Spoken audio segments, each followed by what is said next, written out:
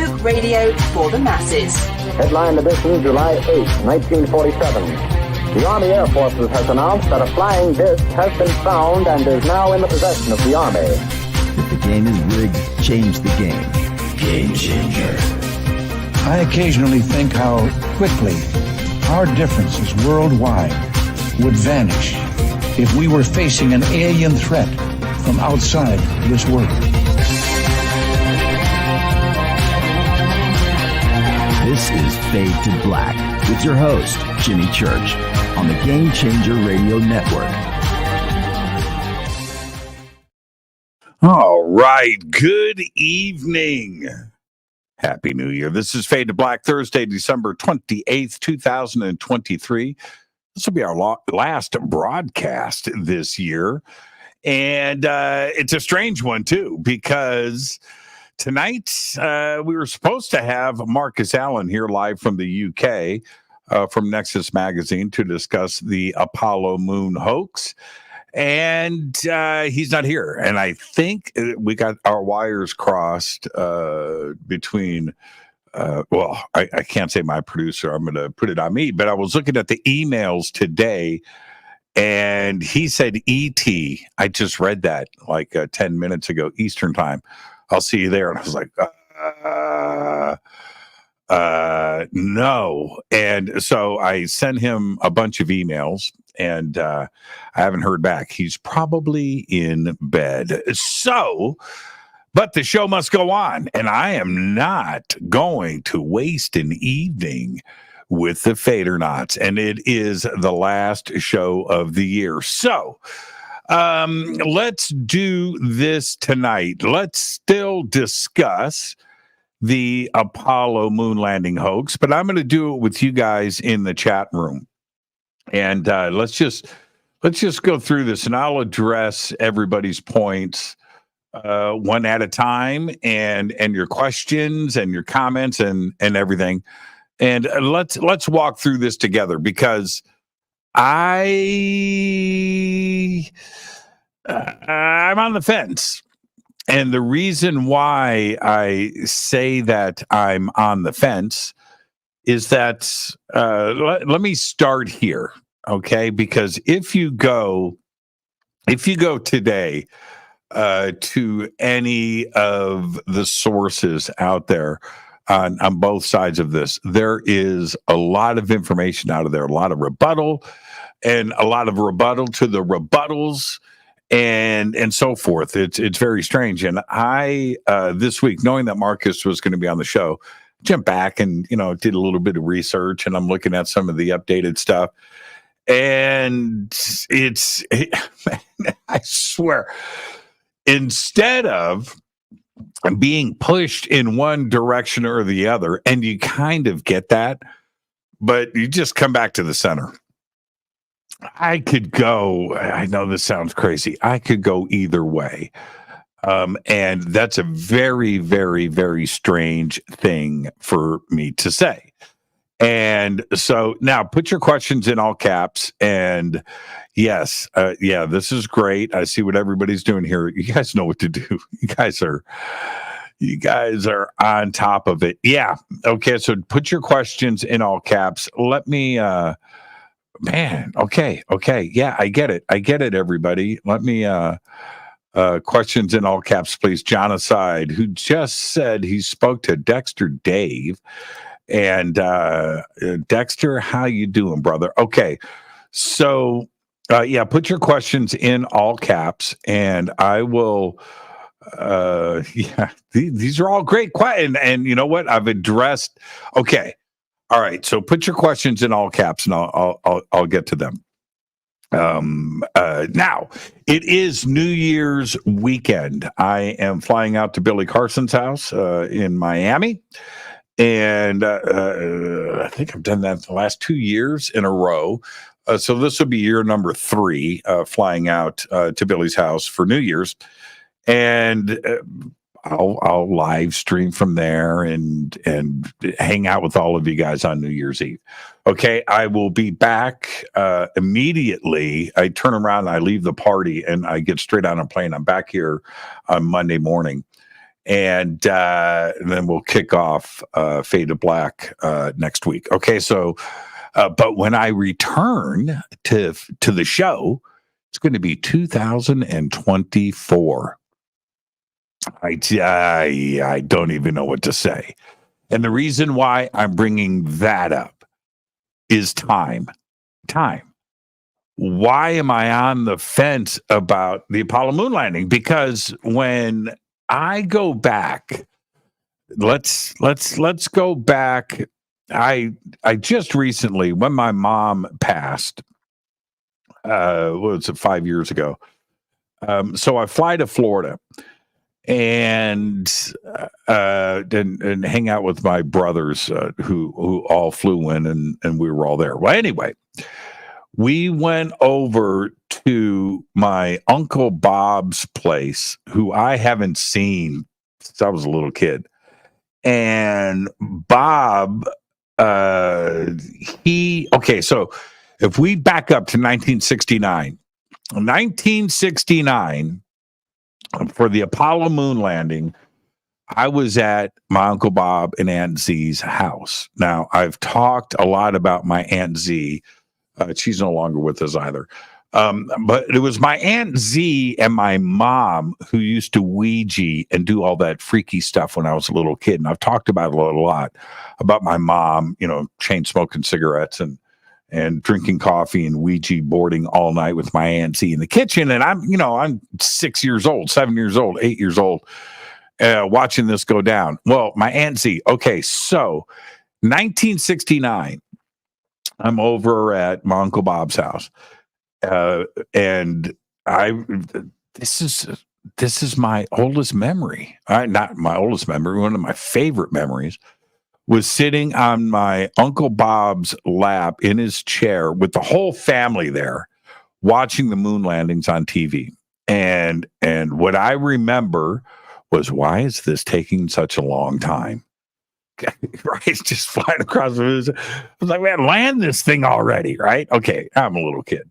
Well, anyway, so fast forward to now, and I fly back to Florida, and we go over to my Uncle Bob's place, and again, I hadn't seen him in years, but we're in his office. He's a musician too, as well, and was in a band with my dad, and we were sitting, and I go, "Do you remember the Apollo moon landings?" He goes, "I do."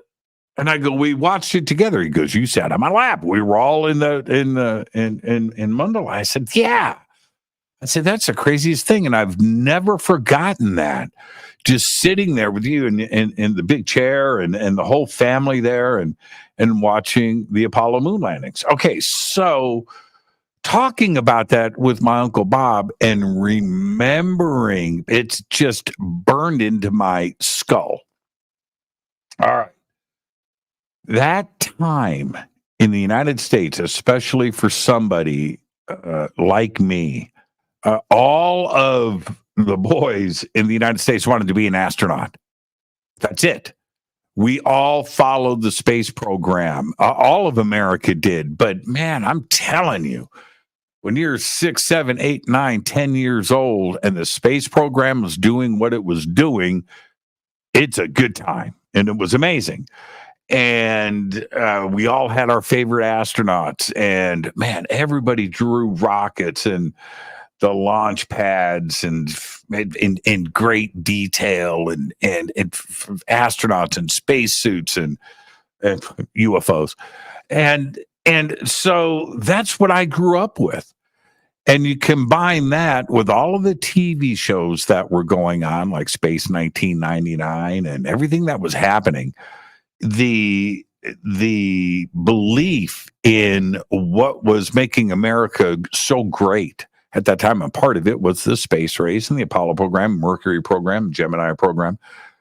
This is what my focus was.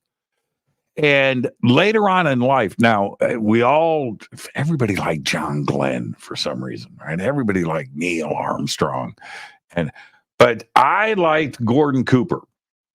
And it's so funny that today in our world, but my guy, right, was Gordon Cooper. Maybe it was his name. I had different reasons for that, but that was my guy. And he was also my guy because he wasn't anybody else's guy. And I was cool with that. I like being different. But that's it, for me to sway off of that, that childhood and my memories is a crazy thought to me. It's absolutely nuts. So as my life moved on and the world moved on, when the Apollo program got canceled, I freaked. It didn't make any sense. I thought it was going to go to Apollo 50, right? And it's right there. What do you mean it's canceled? And at that time, there was talk about a moon base. There was talk about a space shuttle that was going to go from Earth to the moon, which eventually did. It was the space shuttle program, but all of this was in the planning stages, and we were promised a moon base. We were promised a space plane. And again, I always mention Arthur C. Clarke. Arthur C. Clarke in 2001: A Space Odyssey, when that movie came out, the space plane that was there, and it said Pan Am on it, by the way. And I always drew either Pan Am or American Airlines logos on all of my stuff that I would do. I was that into it. But Arthur C. Clarke had the Pan Am, and this was our future. This is what we dreamed about. This is the stuff that we were promised. And then Apollo gets canceled. And in around, and now I don't have a pile of dates in front of me, but let's just go off of my memory right now. Skylab. All right. So now Russia's going to build a space station. We're going to build a space station, and they're going to be up there. This is going to be the next thing we're going to continue our space program. We're just not going to give you the moon base. We're not going back to the moon for now, but we're going to have Skylab. It's like, Skylab? And I'm looking at it. I'm like, what's the big deal here? And for me to keep my interest in the space program, I sort of paid attention to Skylab. When the two joined and the hatch door opens and the Russian cosmonaut comes in and they shake hands live on camera, like, yeah, okay, that's pretty cool.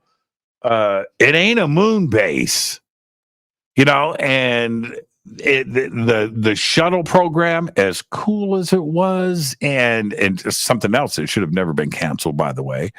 And watching the progress of that, I was watching it. I remember on a black and white TV in my bedroom. This is probably 1976. It was right before I went to Panama.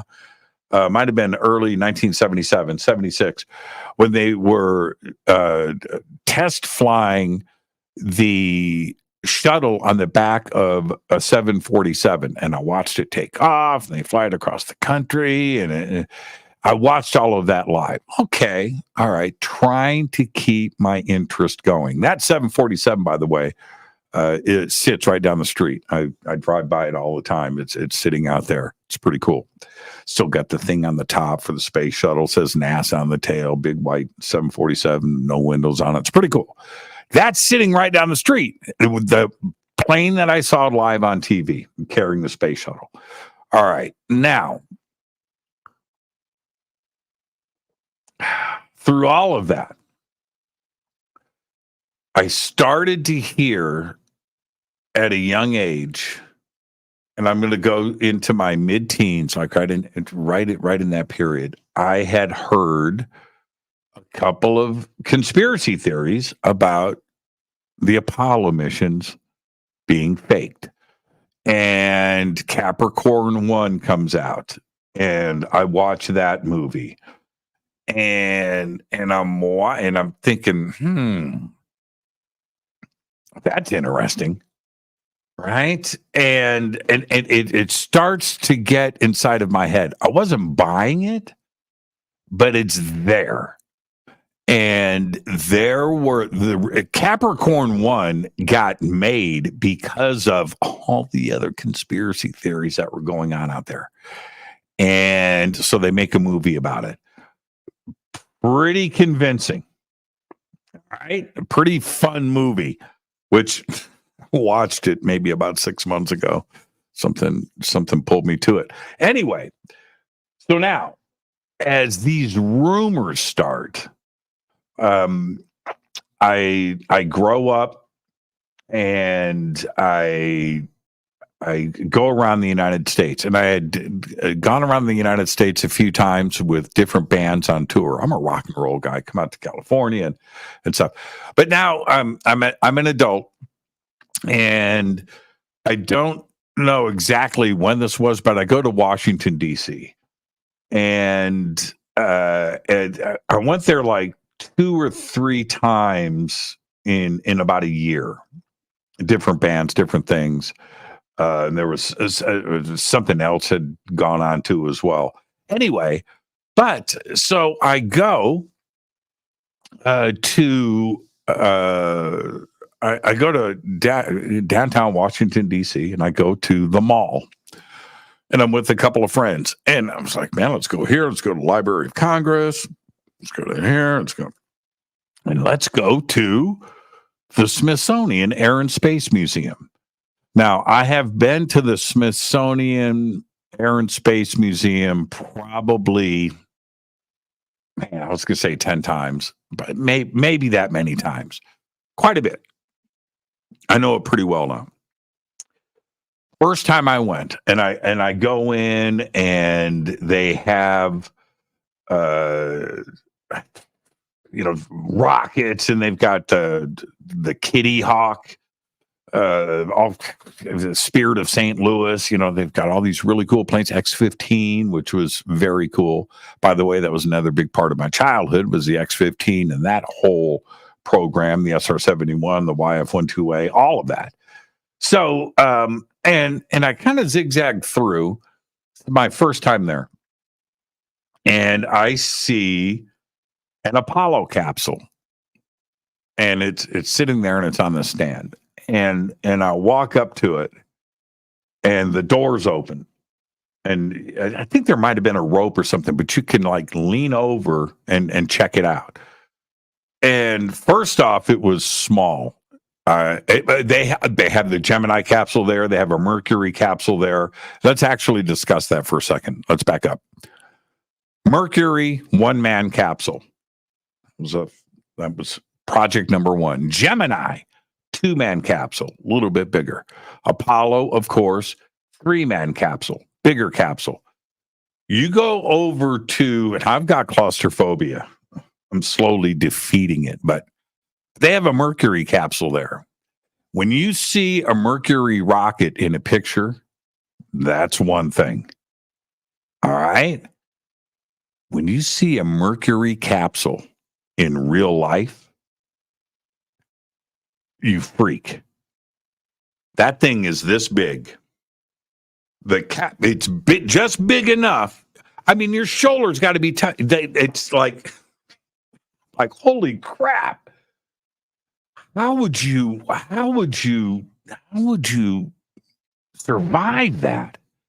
I mean, just mentally, just confined and shot up, and rather than back and in the thing.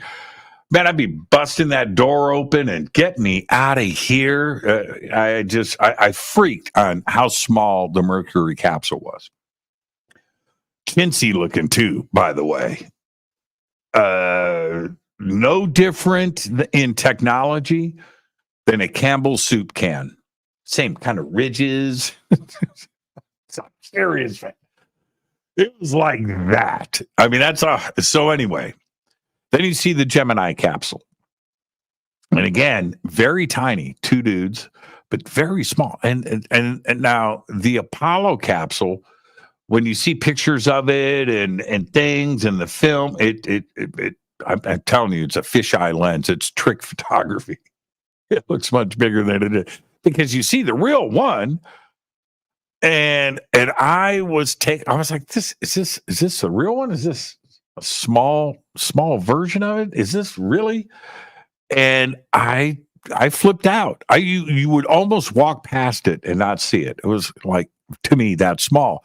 When you've got rockets and these big planes and things in this museum and the little Apollo capsule sitting there on its side. So anyway, I look inside, and I wasn't a conspiracy theorist, not like I am now, back then.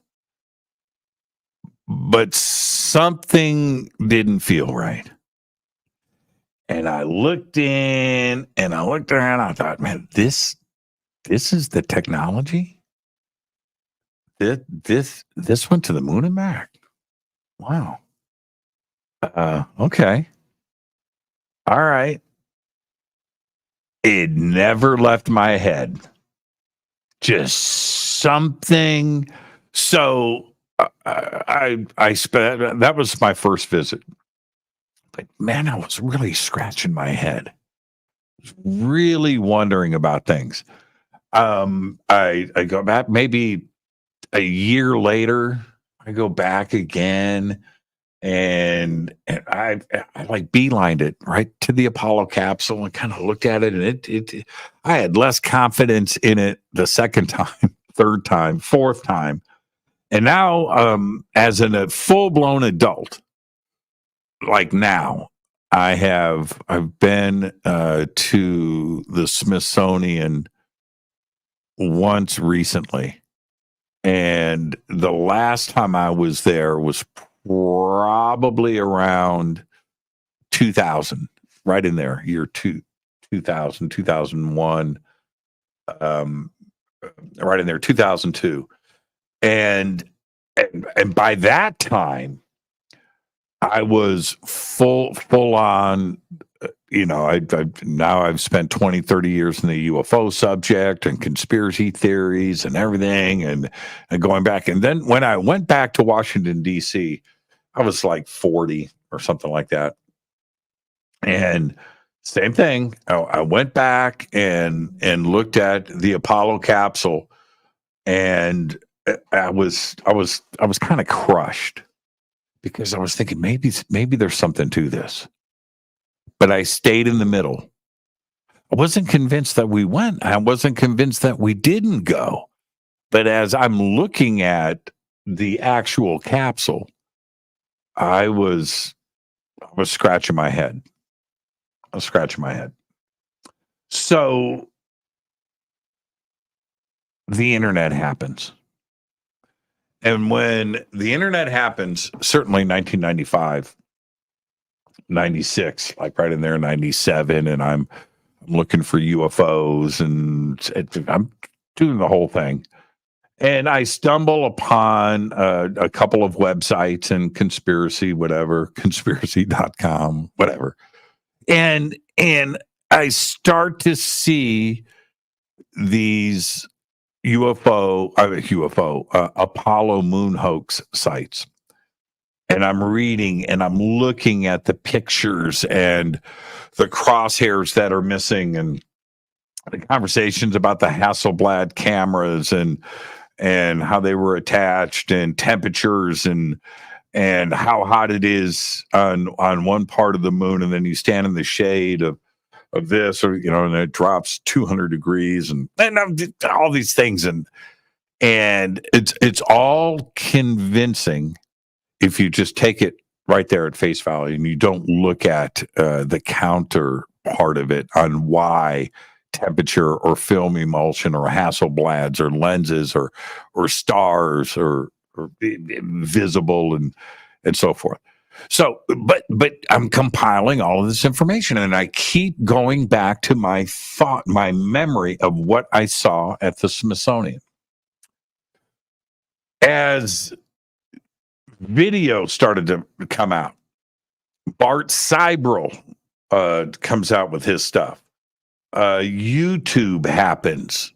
And man, okay, so now I'm going back and I'm revisiting all of this, and I'm compiling and just wondering, and I got to see again, and I hadn't seen it since I was a kid, but the famous press conference, the Apollo press conference with Michael Collins and Neil Armstrong and Buzz Aldrin.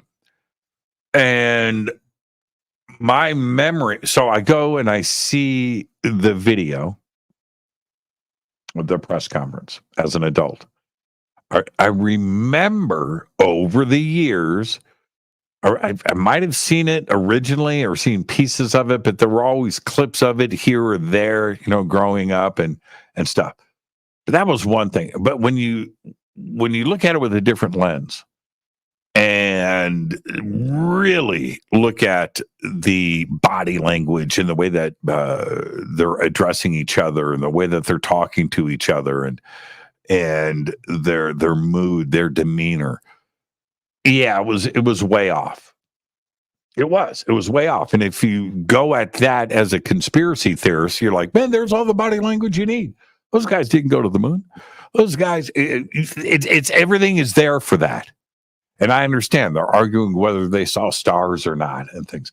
But also they just spent a week in a capsule together in an enclosed environment, had to come back and sit in that Airstream trailer for whatever and get decontaminated. Maybe they were just sick of each other. Maybe that was it. I don't know. I don't know. But that press conference was funky because they were the most famous human beings in the history of the world at that point. That's it. They went to the moon and just got back, just had a ticker tape parade in New York, right? All the confetti and all the attention. And then they come out and just do what they did at that press conference. So when you see that and you're constantly adding stuff onto this, trying to counterbalance all of that with the responses to film emulsion and the Hasselblads and shadows on the moon and crosshairs disappearing and is the Earth in the correct position and what about the stars and the dust from the landing and it's piles of it, right? You can just go on and on. And I'm trying to just keep it balanced, right? Okay. So that's where I am today, and bringing on some. I'm still right in the middle. I can go either way. I haven't been really 100% convinced either way of the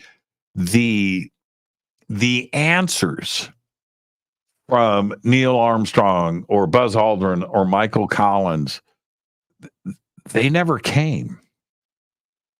They never really defended the position. They never really addressed it.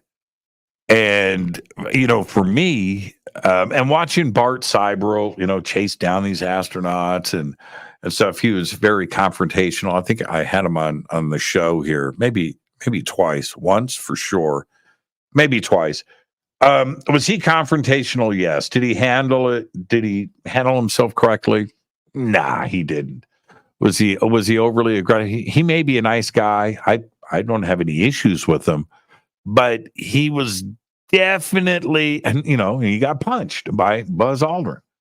And the film clip he's got with Neil Armstrong, and the reason why I bring this up is, why didn't Neil just stop, turn around and go, dude, please just stop. Yes, man, went to the moon.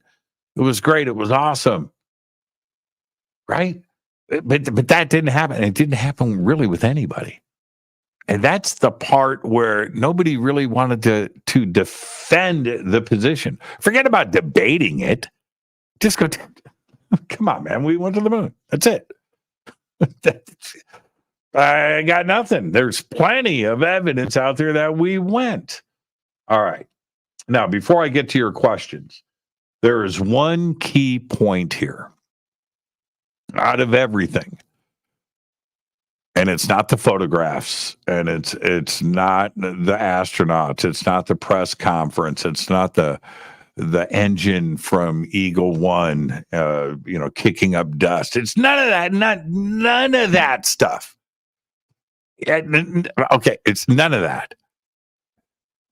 There was a space race going on in the middle of the Cold War, and Russia, who made it to, got a satellite up there before us, kind of won the space race, right?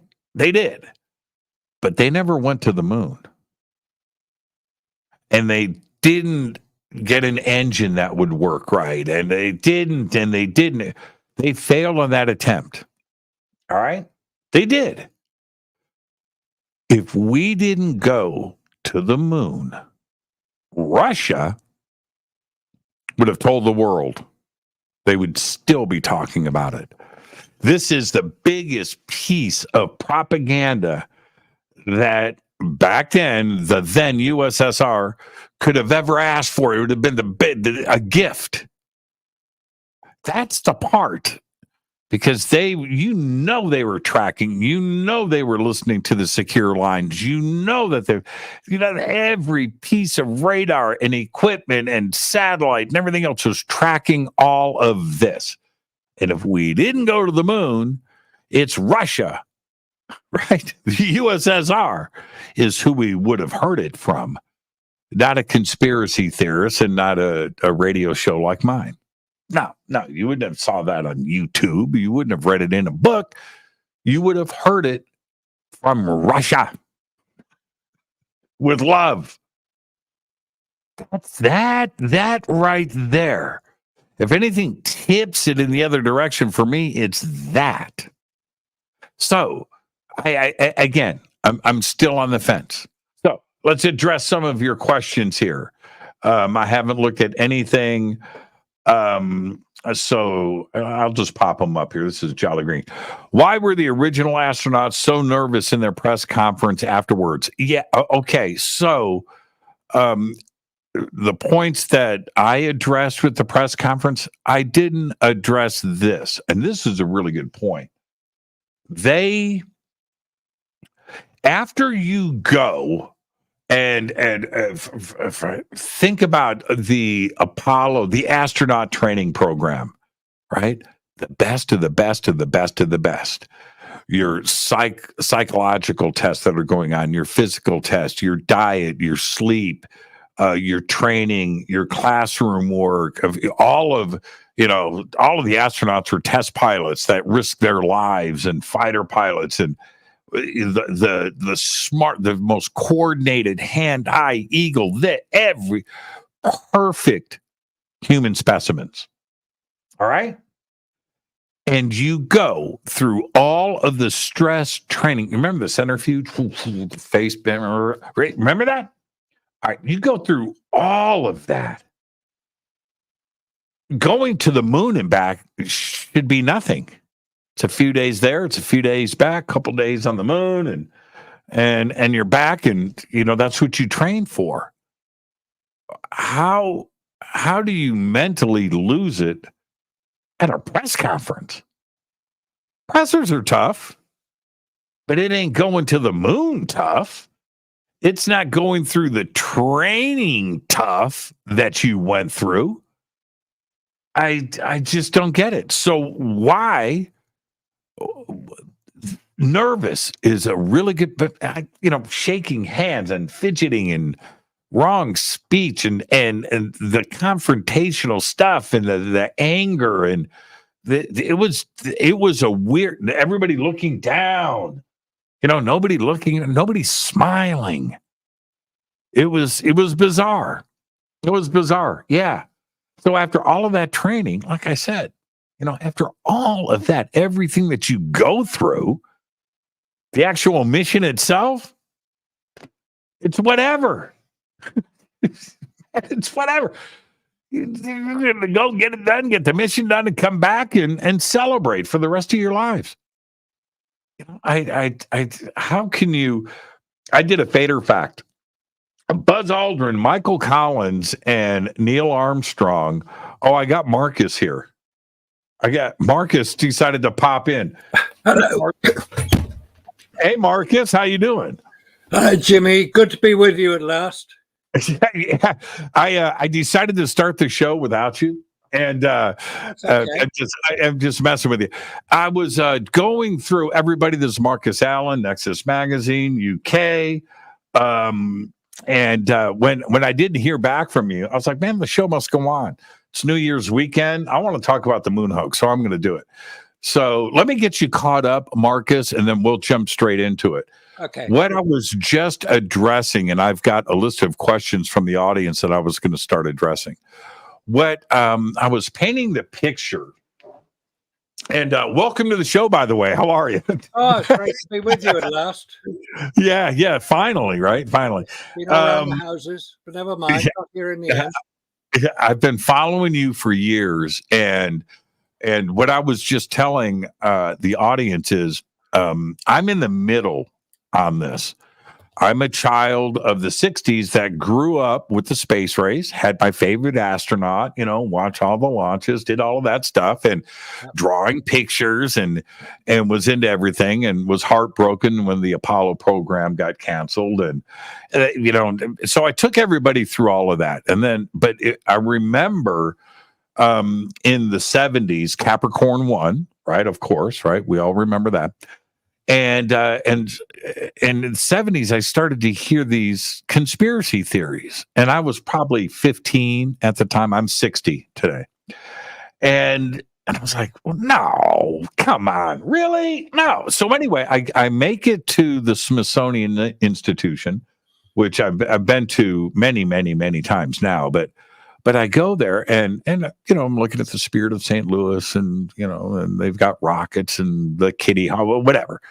But I walk and I see the Mercury capsule. I was shocked that it was this big. I see Gemini. Then I go over to the Apollo 11 capsule. I walk up to it and I kind of looked at it. The door's open, the hatch is open, and I stuck my head in and looked around and went, "What?" This went to the moon. And I kind of stepped back. I wasn't a conspiracy guy like I am today, Marcus. I'm just saying I was an adult looking at this going, all right. So fast forward to today. I've done all of the research. I've looked at everything. I've looked at your documentaries. I've listened and read your stuff. I've followed you for years. Great work, by the way. Thank you. But it's never pushed me one way or the other. I could still be nudged in each direction. So that's what I was just going through with the audience. And the first question that they sent me, and then I'm going to flip this over to my first question for you. But the first question was, why were the original astronauts so nervous at the press conference? And that's one of the best points that I think any of us could bring up in all of this, because there's such a pile of evidence here. But that was kind of a weird press conference for sure. It was. It was very, very strange. Now, for you, let's back up, because you've spent a lot of time on this. You've assembled, you've put together some great. What was the name of the documentary? The one that you were in? Which one? I've seen a few. Yeah. But what were the names? And documentaries that I've been in. Yes. The first one was, I think it was a Sci-Fi Channel. It was, Did We Land on the Moon? Yes. And when you do something like that, you've already got your belief system in place. Right? You're not. You know what I mean? What was it that? Did you watch the original moon landings on TV? Yeah. And then did you have issues with that in the very, very beginning, or did we go to the moon? Well, as you can tell, I'm old enough to have been around when it happened. Same as you. Well, me too. Yeah. I was living in London at the time, and I was watching it on a little black and white television, as most people did. And I thought, good heavens, what an incredible achievement. So I looked out the window and there was the moon. So I waved at it, but nobody waved back. And for 20 years, I thought, well, it's a great achievement. What a wonderful thing to have done. And then I met people who started to question it. I was at a conference down in Glastonbury, not the music festival, which everybody knows about, but there's a Glastonbury Symposium runs there every year. And there was a speaker there. He was talking about megaliths at the time, because we talk about different things in Glastonbury Symposium. And almost in passing, he said, well, of course, you've probably seen those moon photographs. Well, they're not real. You can tell that, can't you? I thought, what's he talking about? Now, I'd been trained as a photographer in London. I'd used the Hasselblad camera, which I found that they were up using on the moon. So I knew enough about photography to be able to look at the pictures and think and decide if they were for real or not. So I did. I had to go and buy a set of postcards. That was basically all that was available at the time. There were books, obviously. There were magazines, Life magazine, Time magazine, all the other ones that carried National Geographic. They carried a load of stuff on it. I started looking at the photographs, and I thought, oh, I can see what he's talking about. I can see why they might be considered strange. If you recall, there's a series of photographs taken on Apollo 11 by Neil Armstrong of Buzz Aldrin, allegedly, on the moon, and he's coming down the ladder out of the lunar module, the Eagle, which they just landed on the moon, allegedly. And he's coming down the ladder, and I think, hang on a minute, why is he lit up like a Christmas tree? Why is he all bright? Because I knew enough at the time to know that the sun was behind the lunar module, or whatever the illumination was. And you could see the lunar surface. It was quite clearly illuminated by something, probably the sun or a big spotlight. And it was the astronaut, even though, all right, he's wearing a white spacesuit, but he's lit up like a Christmas tree. You can see all the creases and all the marks and all the... I thought, that's not right. Now, I knew enough about photography to know that the photographic film used on Apollo, as I discovered later, was Kodak Ektachrome color transparency material. It's a very good film, excellent film. Has a high definition, high resolution. It records the information that's in front of it, and it produces very good images. And here was a very good image. Now, that particular one, Aldrin coming down the ladder, it's a series of 8 photographs that Neil Armstrong took over 3 minutes. That's all, 3 minutes. Whoops, 3 minutes. There we go. Which is not very long. Anybody could photograph 8 photographs in 3 minutes. That's not what's in question. The point is that the camera had no viewfinder. It was taken away. They couldn't get the head down close enough. On a Hasselblad, the viewfinder is on top of the camera, so they couldn't see what they were photographing. So they just had to move their bodies and point. It wasn't a point and shoot camera. You had to operate the shutter speed, the aperture control, the focus ring. You had to do that manually. And they were wearing spacesuits with what was in effect heavy-duty gardening gloves on the hands. Big gloves. And the cameras were mounted to their chest. That's right. And you've got a space helmet on, and you can't, I ride a motorcycle. Put on a motorcycle helmet and try to look at your feet. Exactly. You can't do it. You can't do it. Can't do it. Can't do it. You have to bend over. But if I had something on my chest, I have to feel for the zippers and everything, because once you've got your helmet on, you can't do anything with it. And so the limitations with an astronaut, I totally get that. Yeah. I have pictured the Hasselblads, which still to this day, finest camera company in the world. There's no question about that. But the Hasselblads mounted to your chest, they had to manually wind the camera, right? No, that was the only automatic feature. Once you press the shutter button, which, by the way, you couldn't see from inside your spacesuit, the shutter on a Hasselblad is on the front of the camera, and they provided a nice big 1-inch square button so you could press it, but you couldn't see that either. So you couldn't feel very much in your spacesuit, obviously, so you didn't know if you'd pressed the shutter button. And anyway, when the film winds forward, you can normally hear it, and normally you'll hear a click. That is the mirror moving up out of the way of the light coming in to record on the film. But you can't hear anything in space. So assuming they were in space, you couldn't see where your shutter button was. You couldn't hear if it had actually taken a film. You had no means of knowing whether you got the photograph correctly composed, because you had, as you say, you had to move your body to get it. So with all these limitations of use, some of the most iconic photographs of the 20th century were taken. I say they weren't, not on the moon. They were taken here. Oh, you're right. I just interrupted you, Marcus. I apologize. Okay. But it's such an important point. These iconic images were framed perfectly. Correct. It's like, you know what I mean? A studio tripod, and you got Annie Leibovitz going, okay, a little bit. That's right. Yeah. They were, but everybody needs to understand the cameras. They were square, were mounted, hard mounted to the front of the spacesuit, and that's it. So, and how were they framing, leaning back perfectly? You can't do that. That's photographic film. For anybody under the age of about 30, you probably won't have seen photographic film or used it.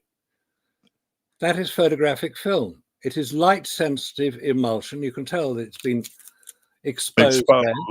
Right. That is what's in the camera. Light sensitive emulsion on a plastic backing called polyester, hence the ester based film. Now, in order to get that information, they photographed it using a photographic film camera. And if you've never used a photographic film camera, this will all sound very 20th century and very old hat and historical, but this is what they used on Apollo. So let's get real about it. Photographic film is not easy to use. You have to take care of it.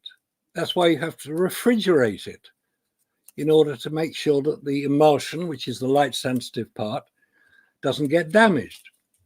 There's another thing which affects photographic film, and that is radiation. Guess what's in space? Radiation. It's all the way to the moon. Lots of it. And it comes from the sun, solar particle events, solar flares, and galactic cosmic rays from deep space. That affects photographic film. That's the whole point of photographic film. It's sensitive to wavelengths of light. The whole point of it is that it will record it. It's a wonderful invention. That's what they were using on Apollo. But there's another even bigger problem that has to be answered, and NASA will not answer this. Guess what NASA stands for? National Aeronautics and Space Administration, or, as I prefer to refer to them, never a straight answer. Let's come back. Okay, so that answers that question. What was it that starts to get the ball rolling on this? And taking 8 shots in 3 minutes, perfectly framed, amazing lighting and all. Absolutely agree with you on that. But let's back up for a second. Okay. And because the point that I always come back to, and please remember, I'm in the middle. I can go either way on this. But if there's one thing that kind of pushes me in one direction is, wouldn't Russia? We wouldn't hear about this from a conspiracy theorist. We should have heard about this from Russia first. Why wouldn't Russia? This is like the ultimate piece of propaganda for the USSR back then in the middle of the Cold War and the space race, was that America faked the moon landings. They must have tracked the spacecraft all the way to the moon. Did No, they? no, And were they didn't. This is a point that many people overlook.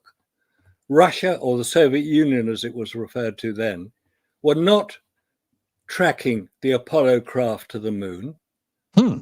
Jodrell Bank in UK was doing it because the Soviet Union at that time did not have the facility to track a spacecraft to the moon.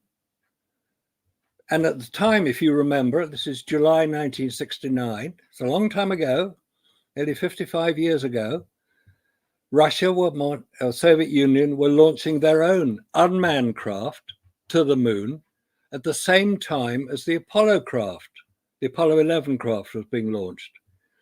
And there was communication between the two countries to make sure that they didn't interfere with each other. But the Soviet Union had no facility to independently track the Apollo craft. What about their own craft? Who was tracking their craft? The UK? That was being tracked in the UK by the Jodrell Bank Radio Space Telescope near Manchester in central UK. Wow. It was, I mean, that was well known. It was known by the American government, known by the British government. It was public knowledge that that was what was happening. And at the time that was happening. Now at Jodrell Bank, there's one big 250-foot diameter radio telescope. There's also a 50-foot diameter telescope there as well, radio telescope. NASA had installed equipment at Jodrell Bank on both telescopes so that they could track the Soviet craft as well as the American craft. They weren't being tracked by Jodrell Bank, but the Americans, NASA specifically, wanted to ensure that the craft did not interfere with each other, reasonably enough. So they were fully aware that the Soviets were launching a craft, but they were not tracking it. It was Jodrell Bank was doing the tracking. Sir Bernard Lovell, who was the head of the Jodrell Bank Radio Telescope at the time, was in contact with people, with scientists in the Soviet Union, and he visited them several times to get the information he needed to be able to track their craft. Because don't forget, at the time, only one of the 3 American tracking stations could record the craft at any given time. Those were the one in Spain near Madrid, the one at Goldstone in California, and Parkes in Australia. Right. If you look on a map, they are the 3 sectors where the moon can be continually observed, because the Earth is spinning. Obviously, the moon is rotating, not quite so fast, it's orbiting the Earth. Soviet Union didn't have the facility to be able to track the Apollo craft. They were listening to the Walter Cronkite's transmissions and broadcasts as most other people were. They were listening in. They knew what was going on. Now you say, well, surely if they suspected there was any fakery going on, they would have announced it. It would have been a big win for them. How would they know that it was fake? Nobody else did. Nobody came forward in the West, as we refer to it, or referred to it then. Nobody came forward and said, oh, look, that's all fake, and I can prove it. Nobody said that. We all believed it. We wanted to believe it. It was a magnificent achievement at the time in the 1960s. This is incredible. The whole world was watching. 1 or 2 people might have said, oh, I don't think that's right. And a few people have come forward since then and said, well, I didn't believe it at the time. But there are all sorts of reasons why they didn't. But the majority of people, myself included, believed it had happened. I had no reason not to. Nobody in Russia would have had any reason not to believe it, because they were being told constantly by the American media, we're going to the moon. And they'd launched their whacking great rocket, the San 5 rocket. We all saw that take off, and that's real, by the way. No problem with the rocket taking off. 2 minutes after it launched, it disappeared from sight. We then all have to rely on NASA to tell us what happens next. Did NASA tell us the truth? Or did NASA spin us a story? Now, You may recall seeing King Kong, the 1930s version, the 80-foot gorilla climbing the Empire State Building. It was good special effects at the time. You may recall in Jurassic Park, dinosaurs chasing kids round kitchens. Very real, but it was all fake. We all saw two men cavorting around on the lunar surface, we're told. Was that real? How do we know it's real? How can you prove it's real? Look, if there's anybody from NASA who listens to your show, and I'm sure they do. They do. Nobody at NASA today was working at NASA during the Apollo years. Everybody who works at NASA now will have read and listened to and watched the story of Apollo. Can you prove to me, NASA personnel, that it was real? Can you prove it? Not just say it. Don't just say, well, of course it was real. We all watched it on television. Yeah, I watched 80-foot gorillas climb the Empire State Building on television. Is that real? Right. Now, okay, so the answer to your question is, why didn't the Soviet Union expose it? Because they had no reason to do so. They didn't believe it was fake any more than anybody else believed it was fake. We all thought it was real. How many, as we pick this apart, if after the Apollo, let's go with 11, Apollo 10, 9, 8, different situation there, circling the moon, orbiting the moon, and returning back and testing and all of that. But specifically about 11, yeah. Once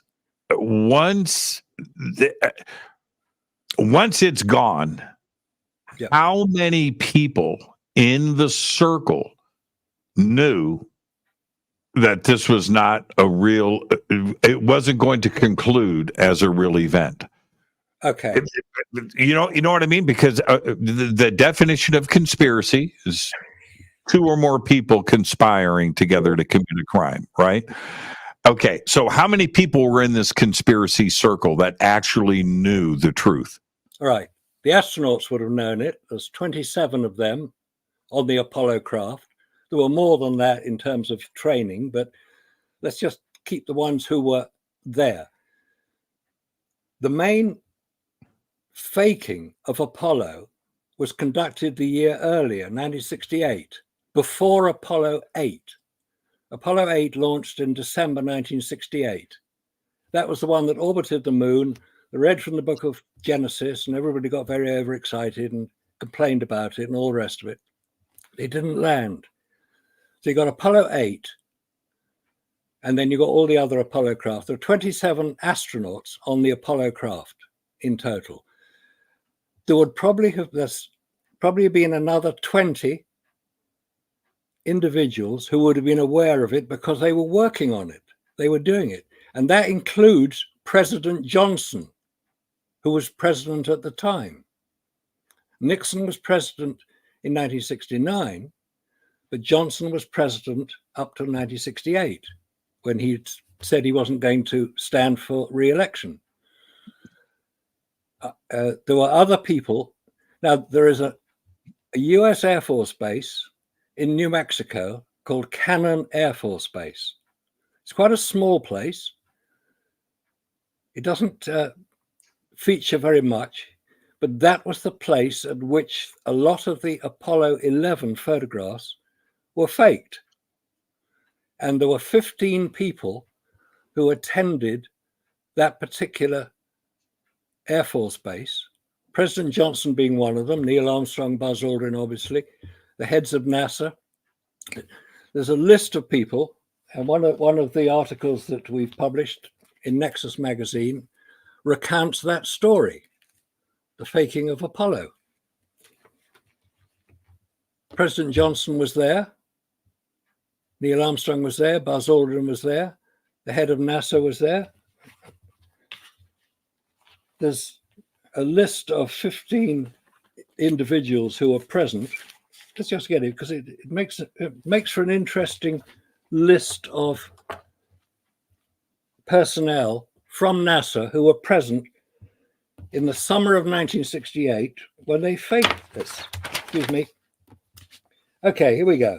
Lyndon Johnson, Neil Armstrong, Buzz Aldrin, Werner von Braun, Robert Eminger, Eugene Kranz, James Webb, James Kerwin, who's a future astronaut, Thomas Paine, Deputy NASA Administrator, Gene Looney, NASA Flight Director, Chris Kraft, NASA Mission Control Founder, James Van Allen, after whom the radiation belts are named, Arthur Trudeau, Army Intelligence, who was partly involved with Philip Corso. That's right. The book The Day After Roswell. And then two unknown individuals, Grant Nuri and Donald Simon, probably Navy or CIA. So you've got a fairly important list of people there. Now that list comes from the head of security at that Air Force base. That was given to Bart Sibrel, who's written about it in his book, Moon Man. Nobody has ever denied that those people were present at that Air Force base in the summer of 1968, where it was a relatively isolated Air Force base, but relatively close to the place where quite a lot of the fakery of Apollo 11 was conducted, which is near Flagstaff in Arizona, at Cinder Lake, where a life-size version of the Sea of Tranquility was created by the US Geological Survey, but a simple expedient of using sticks of dynamite to create craters so they could fly over it and see what it looked like. I recently, 2 weeks ago, 3 weeks ago, I just got back from Peru. Okay. And while I was in Paracas, which is in the middle of the desert there, and so I'm in Paracas, and I walk out to the end. There's Marcus. When I say nothing is there, I seriously mean nothing. Okay, it's just nothing. Yeah, you can stand if you stand in the right spot from the horizon to horizon, front, left, right. You see nothing man-made. It's just dirt and rocks and mountains that are no trees, right? Okay, so anyway, and I'm standing out there, and I ended up taking some pictures, but I stood out there and I went, "That's Mars." That's that. If you're, it's because it's even red, right? That's the other part about it. Yeah. It's red. So anyway, I'm standing there and I'm like, huh. If you're going to fake it, and if I wanted to, I could have. I could have taken a flying saucer and put it out there and take or done whatever, right? Moonlander, rover, anything, and taken a picture and publish it. Nobody there. You wouldn't question it. No, and it was a bizarre. It was a bizarre, perverted thought that went through my head. I was like, man, this is too easy to do. It is.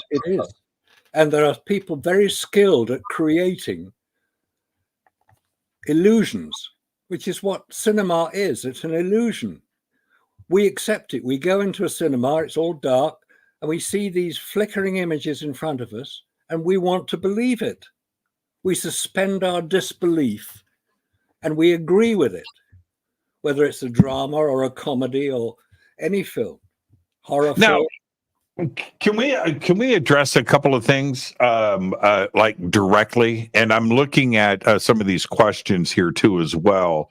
Okay. And I think that we all have a general we as humans are smarter today than we were in 1969. We understand, we have info.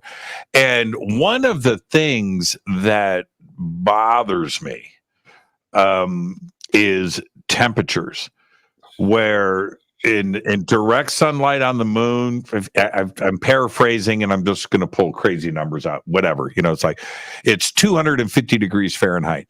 And then you step into the shade of the lunar lander and it's minus 50 or whatever. You hear these, at night on the moon, or, when there's no sunlight, and you have these drastic swings in heat. And I don't think the lunar lander, looking at that, because the insulation in my house barely controls what's going on here on Earth, let alone a space suit and the lunar lander. But I've read the counter arguments to this too as well. How do we address this? Okay, there are three things specifically which need addressing about space. One of them you just mentioned is the heat. Now, somebody will come around and say, well, space has no temperature, which is correct. Space has no temperature until you put something in space which will have a temperature, like a spacecraft or the moon or the Earth or Saturn or Jupiter. If you put something in space, it will have a temperature. Or a human body. a human body, especially. Yeah. So if you put a spacecraft in space with direct sunlight on it, which it will be if it's not orbiting the Earth when it's only in sunlight for half the time, if it's on its way to the moon, let's say, a spacecraft with humans in it, what is the internal temperature of that craft? Hot enough to cook a Chicago deep dish pizza. Well, yes. That temperature you mentioned, 250 degrees Fahrenheit, is correct. That's the temperature on the lunar surface in sunlight. That's also the temperature that a spacecraft will achieve very rapidly because it has no means of keeping cool. You can't use air conditioning in space. There's nowhere to dump the heat. Air conditioning takes heat from inside a building and dumps it in the atmosphere outside. That's air conditioning. There's no atmosphere in space, therefore you can't dump the heat. The only way to get rid of heat is to radiate it away. But in order to radiate it away from a spacecraft, the spacecraft temperature has to be at a certain point that it can radiate heat away, because heat will achieve its own level. Use the black body radiation formula temperature, and you can find out the internal temperature of that spacecraft is 250 degrees Fahrenheit. That's enough to cook a chicken out. Yeah, absolutely. So how do the astronauts keep cool? Well, so so the argument for that, or part of it, is that they rotated the spacecraft like a rotisserie, right? It was constantly heating and cooling. And no. If you put a chicken on a rotisserie, it will cook evenly all over. Right. I get it. I do. There were no air conditioners on the command module. No, there weren't. Yeah. So how did they keep cool? All right. Well, okay. Point two. Okay. Now you can also, at this point, you will say, well, you've got the International Space Station, but that is orbiting Earth 200 miles up, not very far relative to the moon. It's orbiting the Earth. It spends 50% of its time in very cold temperatures. It spends 50% of its time in very hot temperatures. It has enough time to cool down. Yes, it does. But not when you're going to the moon, because you're in sunlight the whole way. And you're on the lunar surface, you're in sunlight. 3 days to get there, 3 days to get back, and 22 hours on the lunar surface for Apollo 11, 72 hours for Apollo 17. In direct sunlight. How did they keep cool?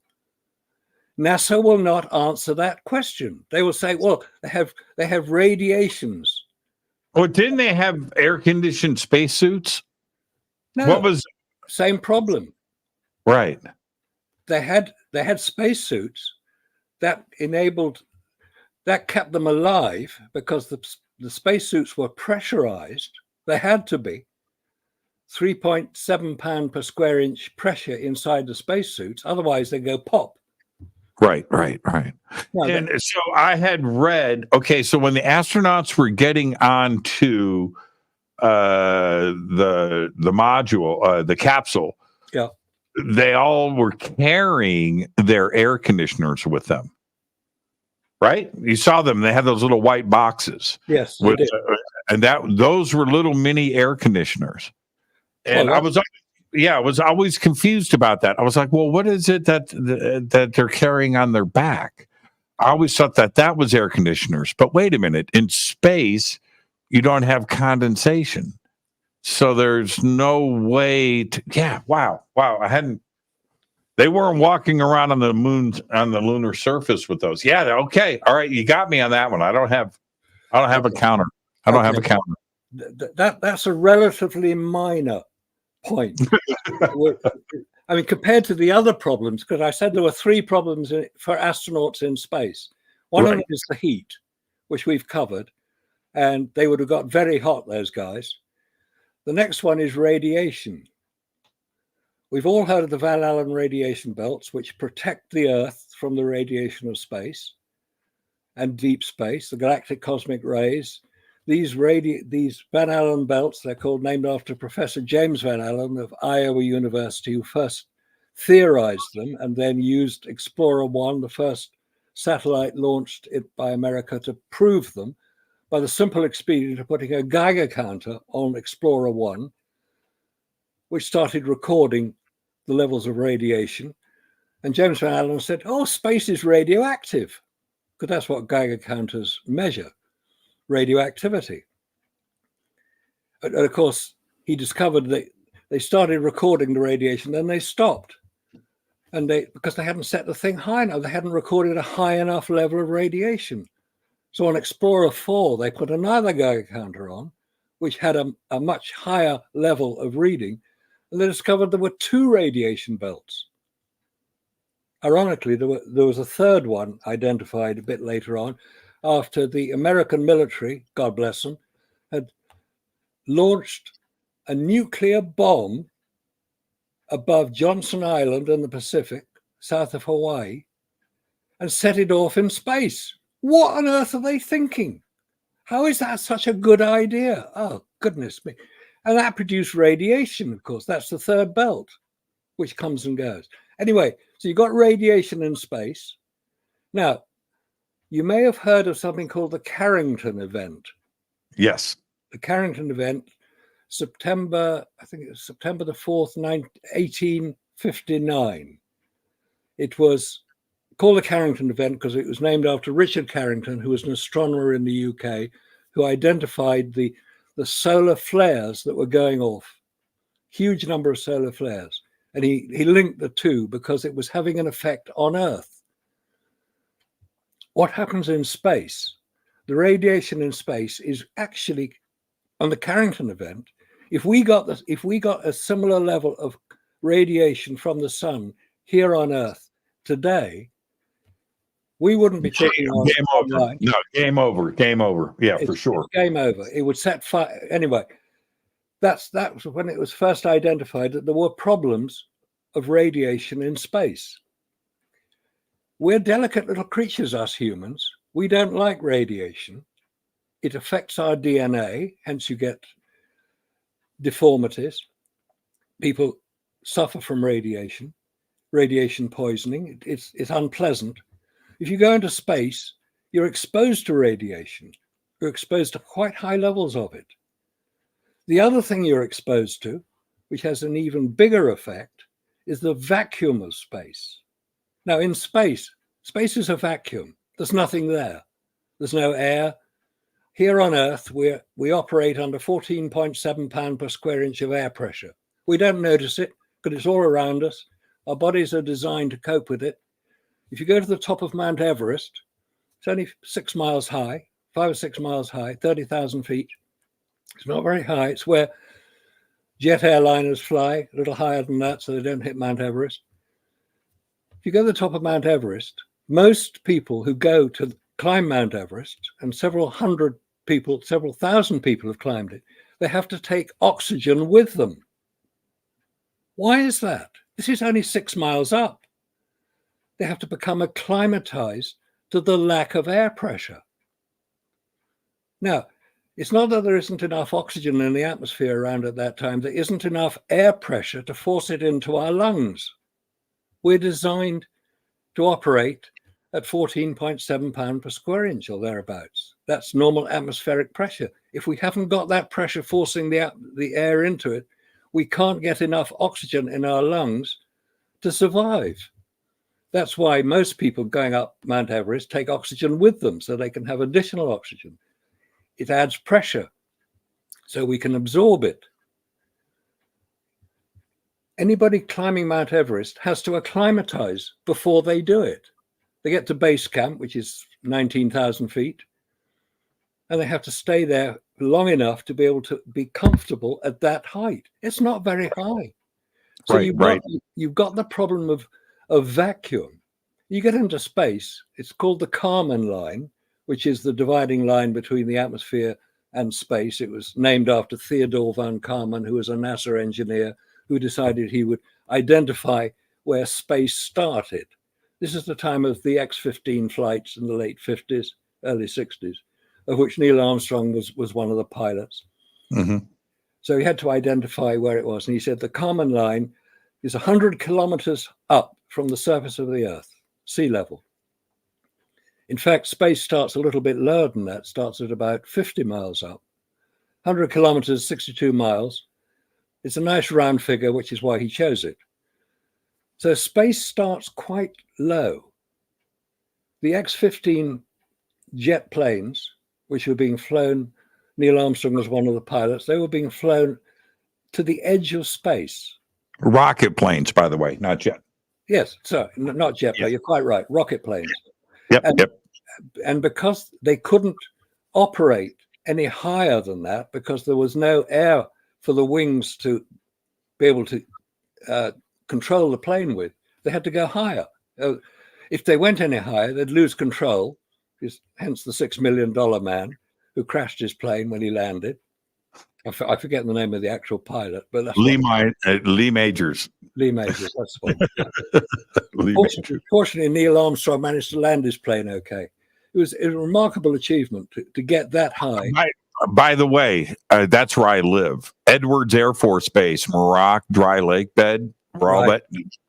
It's like 6 miles from my house. I live in the Mojave. I live 1 mile from Skunk Works. Skunk Works is in my backyard, literally in my backyard. I hope you've seen some interesting things going in and out. Whenever you need an article for Nexus, I'm your guy. No, that would be good. Yeah. Okay, so anyway, so we have vacuum. We have temperature, of course, oxygen, and we have radiation. Addressing the radiation point, about 4 years ago, you'll remember this, but I'll remind the audience, NASA had a press conference about the Artemis mission and going back to the moon and designing new spacesuits and the project and the administration and what was going on. And one of the engineers let something slip in that press conference. And I saw it myself, and I've gone back and rewatched it many times. Yeah. He said, and I'm paraphrasing, but this is pretty much the direct quote, We'll get back to the moon. We'll make it to the moon when we figure out the Van Allen belt. And I'm like, wait. Didn't you already have that figured out? Surely they had it figured out 50 years ago, 60 years ago. They must have known it. Now that's a heck of a slip, isn't it? Is that just a faux pas, or did he just let some facts out that he wasn't supposed to? I think that he would have let some facts out because it's obviously something which is concerning NASA very much, the Van Allen belts, because we keep talking about them.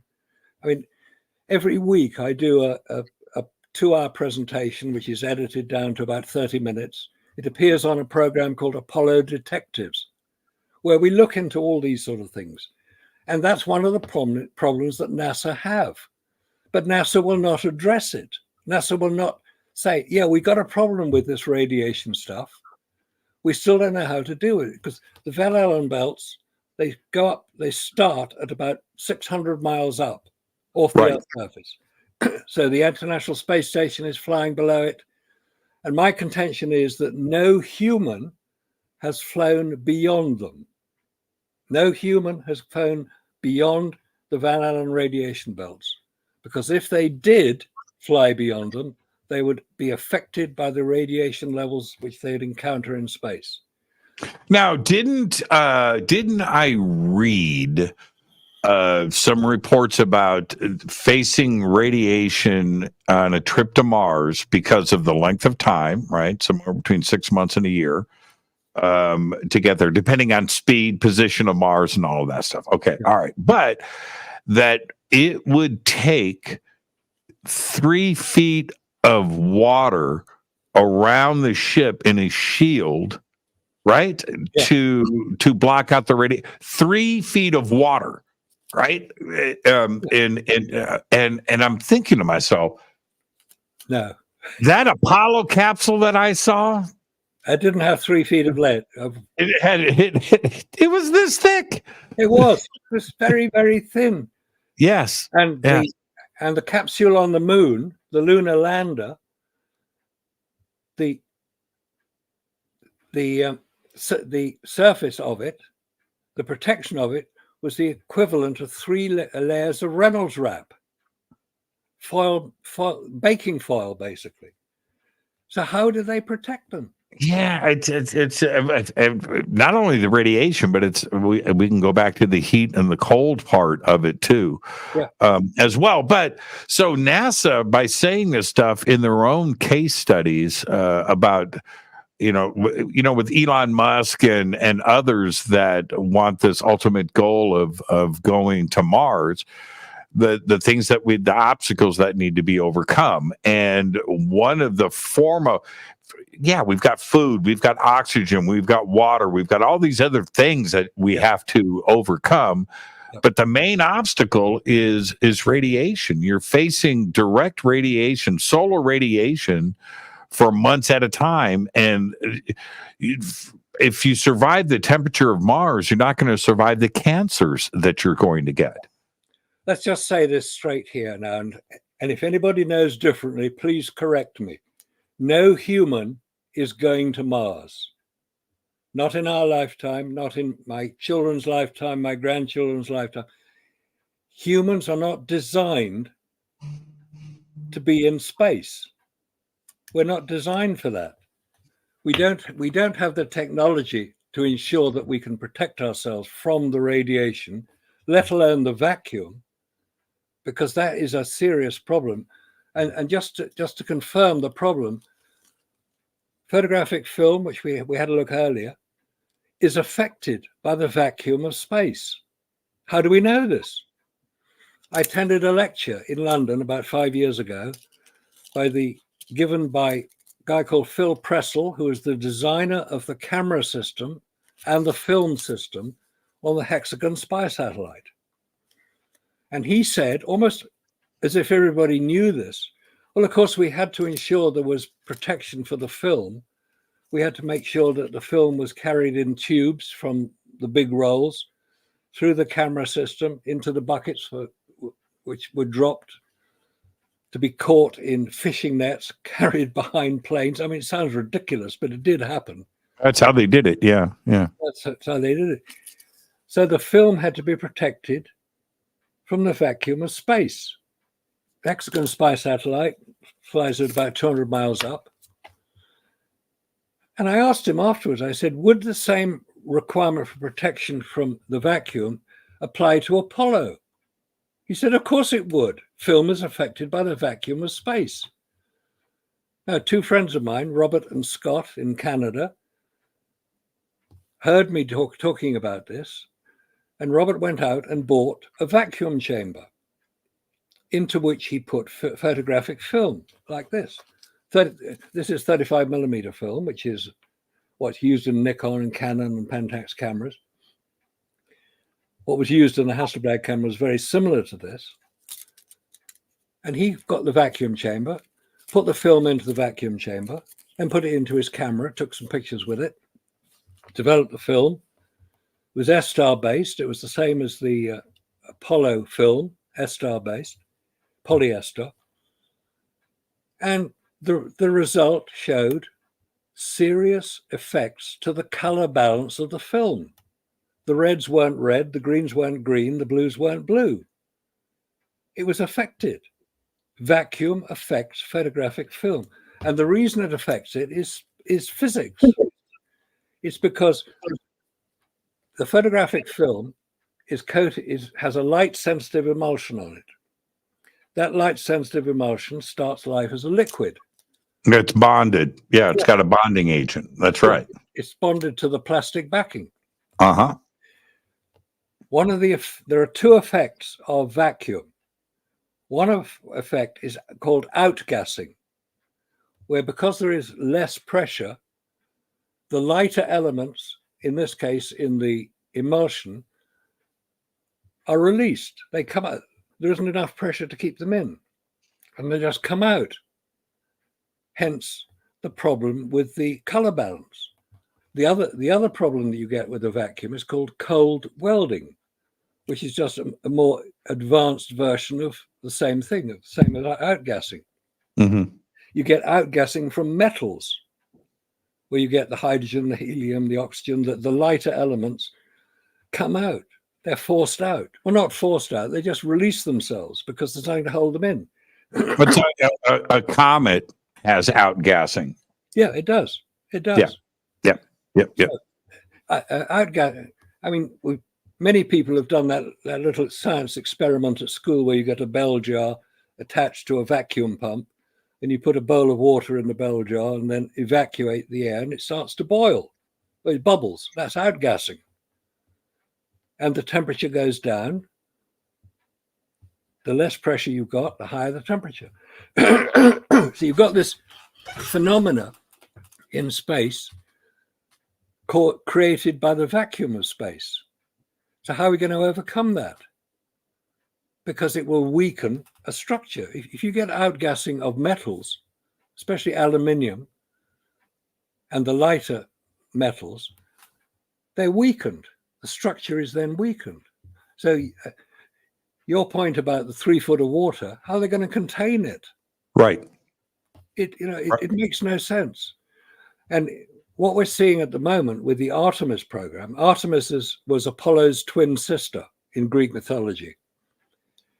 The Artemis program is the return to the moon. Well, they're returning to the moon, allegedly, but they're having a lot of trouble doing it. They built this whacking great rocket, which is basically just a bigger version of the space shuttle.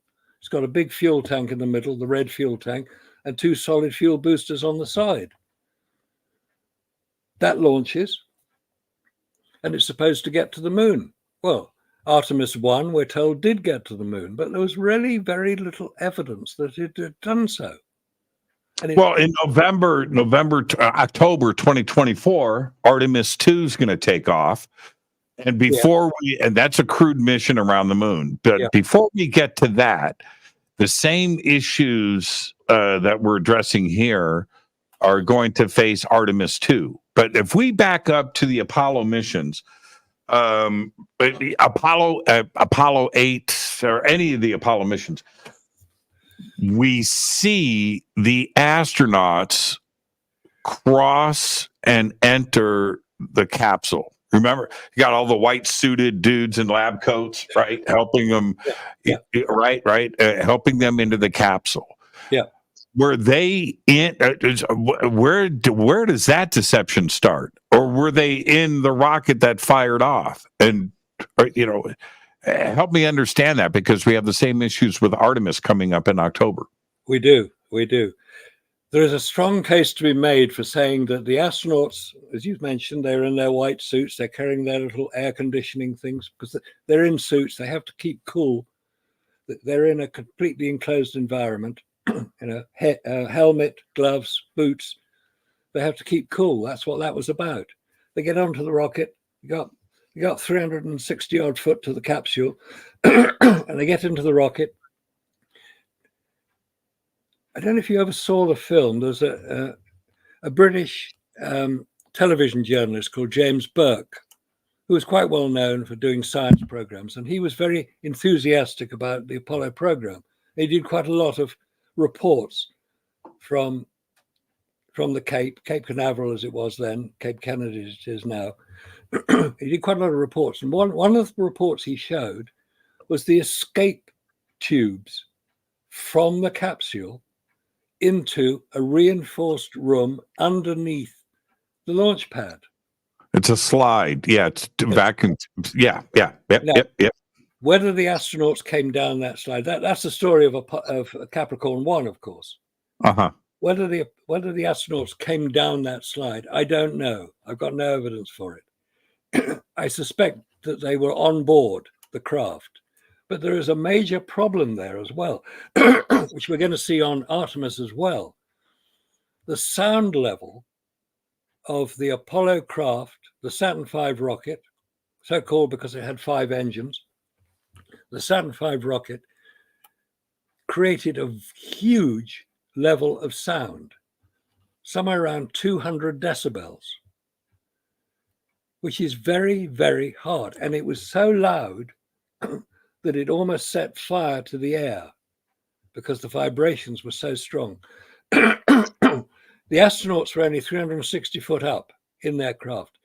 They would have been affected by the sound level of the rocket taking off until it reached a height when it was going fast enough to travel beyond the speed of sound, 750 miles an hour. It would take about 2 minutes to get to that point, because it would be accelerating the whole way. So the question I have is, were the astronauts affected by the sound level? And if they were affected by it, what protection did they have? Because sound at that level, 200 decibels, is enough to liquidize the human body. Have you seen a rocket launch yourself? Not physically, no, I haven't. I've seen it on film. I've seen it. I saw a SpaceX launch. I was invited out to Vandenberg last year, a year and a half ago, and I stood right there on the beach, watched it take off, and in the video, one of the things that I say is how loud it is. Now, we were right outside of the blast zone. I forget how many kilometers out we were, but it seemed like it was right in front of us. Anyway, Marcus, that thing was loud. Yeah. Loud. And this wasn't the Saturn V. This was a SpaceX Falcon launch. Yeah. But it was damned impressive, though. I must say it was pretty cool to see. Okay, so if they were in the capsule, they didn't do the escape tube, and they were in the capsule, how did that? You know what I mean? Did the capsule return to Earth? What ended up coming down? How did the capsule? Were they just in orbit? What's going on here? Plus, it dropped into the Atlantic Ocean, right? And we went out and did a retrieval of something.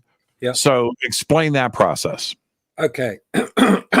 I suspect that the capsule went into Earth orbit, low Earth orbit, 200 miles up, 250 miles up. A lot of people will say at this point, well, you could see it. No. Who was expecting to see a capsule orbiting the Earth at that point? And could you see it even if you knew it was there? No, you wouldn't. Look at a jumbo jet, a Boeing 747. They fly at about 6 miles up. You can hear them going across sometimes if there's not too much wind. Can you see it? The only time you'll see a jumbo jet flying is if you see the vapor trails behind it. Then you'll know there's a jet in front of it. If you're not expecting to see it, you won't be looking for it. And anyway, the only time you're going to see it is when you can see satellites orbiting the Earth now. And that is only if the sun is at the angle below them that it illuminates them as they fly over. And it's only for about 5 minutes. If a satellite is flying overhead, you won't see it. It's a small black object which has not reflecting any light at all, because it's not in a position where the sun will catch it. So you've got this this dichotomy between something going overhead 200 miles up, which you can't see, but you can hear them because the astronauts are talking the whole time. Now, could that be a script? Could that be just a film script, if you like? That they knew what they were going to say. They knew when they were going to say it. It was all planned in advance. If that is the case, it's a brilliantly executed propaganda exercise. There were people involved. There had to be. Now, if that happened, where were the photographs taken? We've already mentioned Cannon Air Force Base. We haven't yet mentioned Hangar 1. Hangar 1 is in Menlo Park in San Francisco. Hangar 1, you can see it on Google Earth. It's a huge thing. It's an airship hangar. Now, it's used as a film studio now. I believe it's where Tom Hanks filmed some of the miniseries From the Earth to the Moon, because it's a big enough location to create the film set to film an Apollo mission. Yeah, they used to store blimps there. It's a pretty big hangar. It is. It's vast. It's a pretty big hangar. Now the talk about Stanley Kubrick being involved in this, we don't need to address that directly. There's a lot of information out there about that, and I've interviewed quite a few people. And I'm a huge Stanley fan, by the way. And if there's somebody talented enough to pull that off, it's Stanley. But so putting that aside, Now, it still had to get filmed.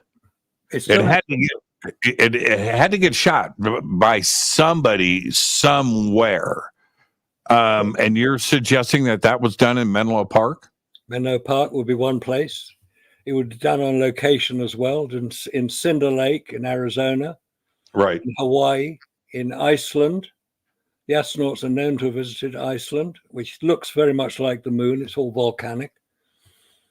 Some of the hills in the background of photographs of Hawaii are very, very similar to the shape of the alleged mountains on the moon. You mentioned Stanley Kubrick. I just like to introduce another character. I don't think Stanley Kubrick had anything to do with it. He only filmed in the UK. That's the only place he filmed. Full Metal Jacket was filmed in the UK. Yep. Barry Lyndon. Pinehurst Studios. Yes. And you know what was great for him? It was down the street from his house. It was. So he would shoot there and then edit at his house. Yes. He never had to leave the street. The person who worked with Stanley Kubrick to create the special effects, especially on 2001: A Space Odyssey, was Douglas Trumbull, a brilliant special effects director. Academy Award winner, and quite rightly too. He died, I think it was a few months back. Excuse me. A couple of years ago. I think 2 years ago. Yeah. He was the person who had the skills and the ability, and he'd also worked with NASA, so he was familiar with how NASA worked.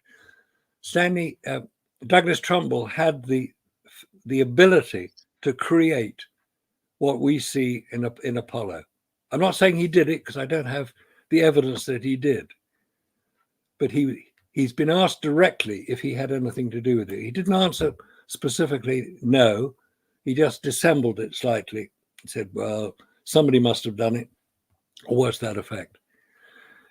John Dykstra, who did Star Wars, is also a possible entry into the list of people who might have had something to do with it. So, well, Trumbull worked with all those cats. You know, he was the guy. And so when you look at 2001 or you're looking at Star Wars, it's Douglas Trumbull. You know, that was an absolute amazing artist for sure. He was, but he had a lot of contemporaries around him too as well that were also very, very, very, very, very good at what they did. They absolutely, and they use miniatures, they use models, they use mannequins, and they had the camera equipment so they could film a scene of a miniature train, like Back to the Future, or a car in Back to the Future. They could film it in using, I think it's called a periscope camera, which comes down, follows whatever it is that's being filmed. And when that is projected onto a screen, it looks as if it's real. The perspective is the only thing that is difficult to get. But a skilled operator will be able to ensure that the perspective is not affected. Now, it's staying on this, and I'm looking at the clock, and I don't want to run out of time. Okay.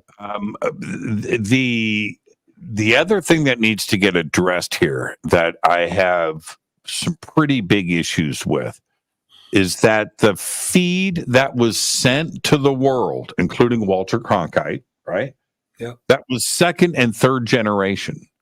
Yeah. So you had the image coming in, that's getting processed, that is being fed into a projection system, which is coming out and hitting a movie screen on the wall at NASA. And then there's a television camera pointed at that screen. And then that is what was broadcast to the world. That's right.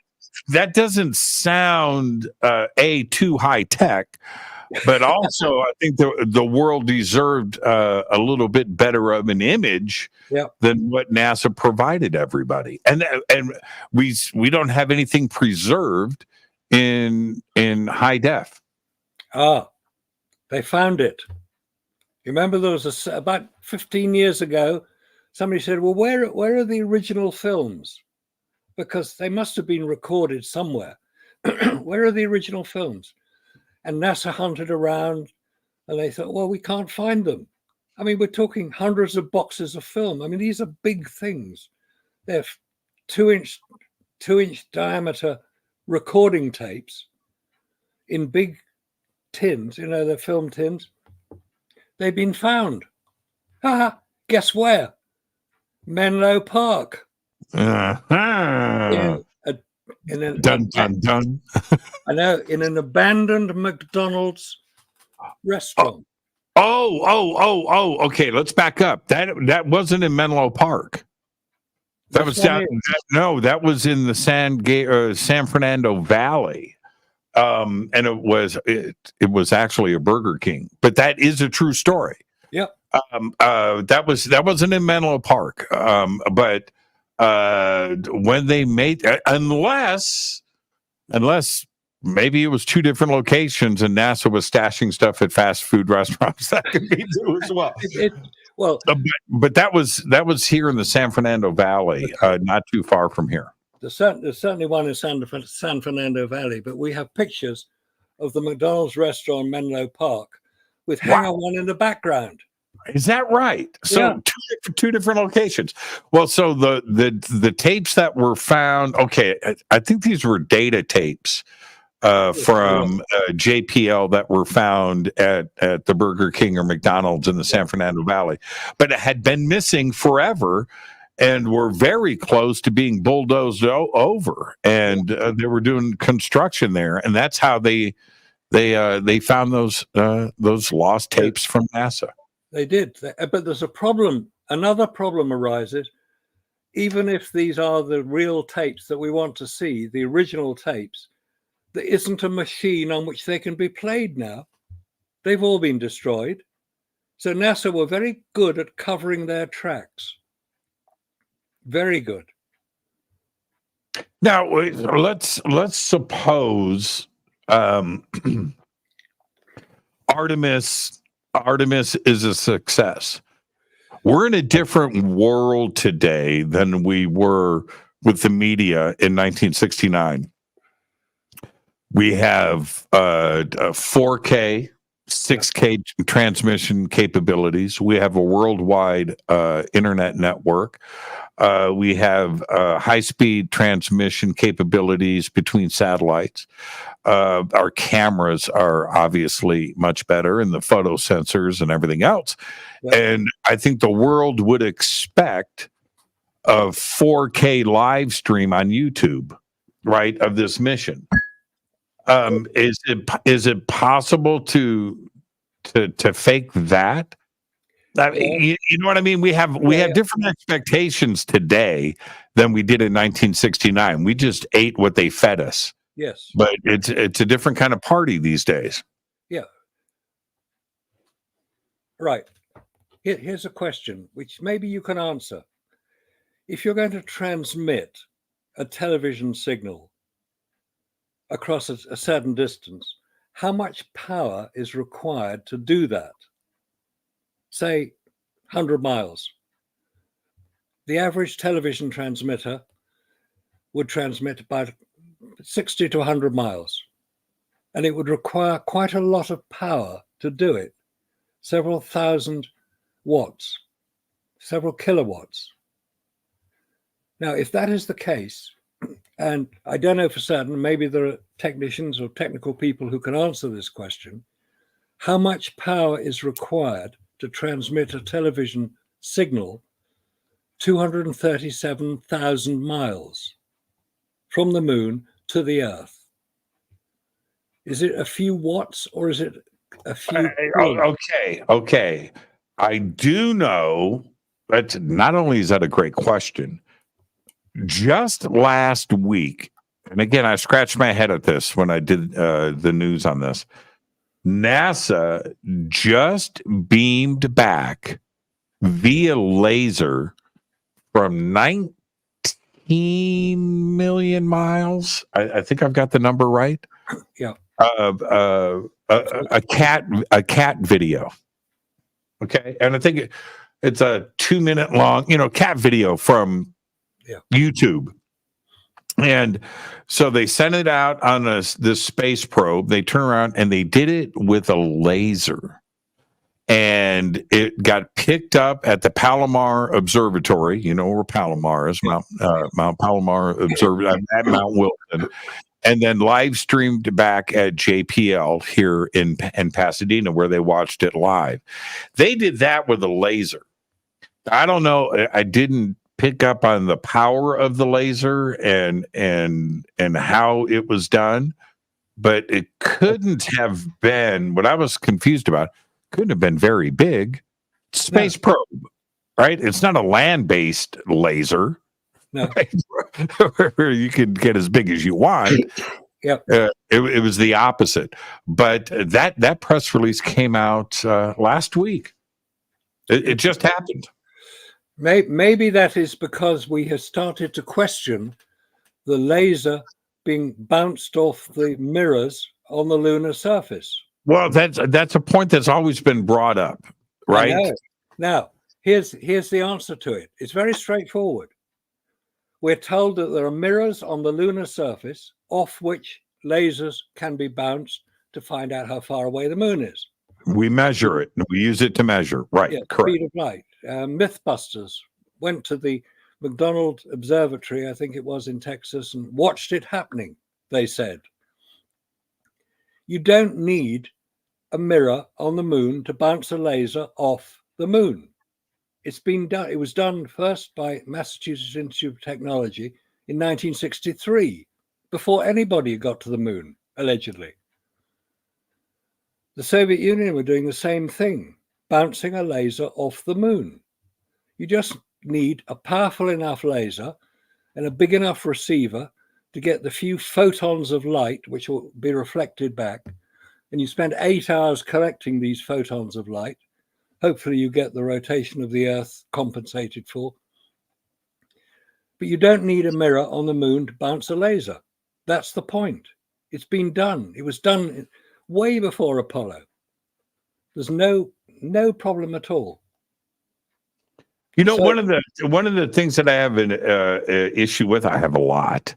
Go on. But one of the things that I have an issue with is with all of, forget about landing stuff on the moon, okay, but we have stuff orbiting the moon right now. Allegedly, we are planning on building a space station, and we've got everything's in the planning stages so we can get the stuff done to move on to Mars. But with all of the stuff that we have got, and we're getting ready to launch a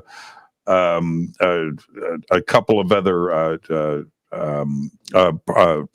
lunar landers to look for ice, for water. Okay, so with all of this action going on, where are the mapping of the moon, which we've just finished? There's Google Moon, right? We've got Google Earth, we've got Google Moon. Where are the high definition photographs of Tranquility and Eagle, and the tire tracks from the rover, the photographs of the flags? Where are all of the bases from each one of the lunar landers? Remember, they separated, right? They left the base there, and then where are those images? Good question. Maybe I'm missing something here, but it seems like that'd be a pretty fun thing to photograph. It would. It's been photographed, we've been told. 2009, the Lunar Reconnaissance Orbiter, unmanned, orbiting the moon, as you say, photographing the lunar surface. Yet again, it's been photographed about half a dozen times. You'd think they'd done it by now. But because they were using camera equipment on the Lunar Reconnaissance Orbiter, which could record objects down to, I think it was 40 centimeters, about 2 feet, on the lunar surface, they announced very proudly a couple of years back, we photographed the Apollo landing sites. And in order to show what was there, they had to put whacking great arrows on them, say lander, rover, mirror, because you couldn't see it. If you looked at it without the whacking great arrows, you wouldn't know what you're looking at. It could be rocks. Now, you've probably looked at your house on Google Maps or Google Earth. Most people would have done, and you've probably seen a car parked outside, and if it has a sunroof, you'll know which way the car's pointing, and it's got the detail that you'd expect to see. These are satellite photographs. When I do presentations on this, I use a satellite photograph taken by the GeoEye-1 commercial satellite, which orbits 400 miles above the Earth, photographing the Earth through the dust and pollution of the atmosphere. And the photograph I use is of the London Eye, the big circle. And it shows each individual pod on there, which is smaller, or it's about the same size as the lunar lander. You can see individual people on the ground, cars in the car park, boats on the River Thames. You can see all the detail you expect to see, and you see it in color. The photographs taken on the moon are in black and white, and they're of such poor quality that NASA has to indicate what you're looking at. Right. In my backyard, Marcus, I have a concrete bird feeder. It's a fountain, right?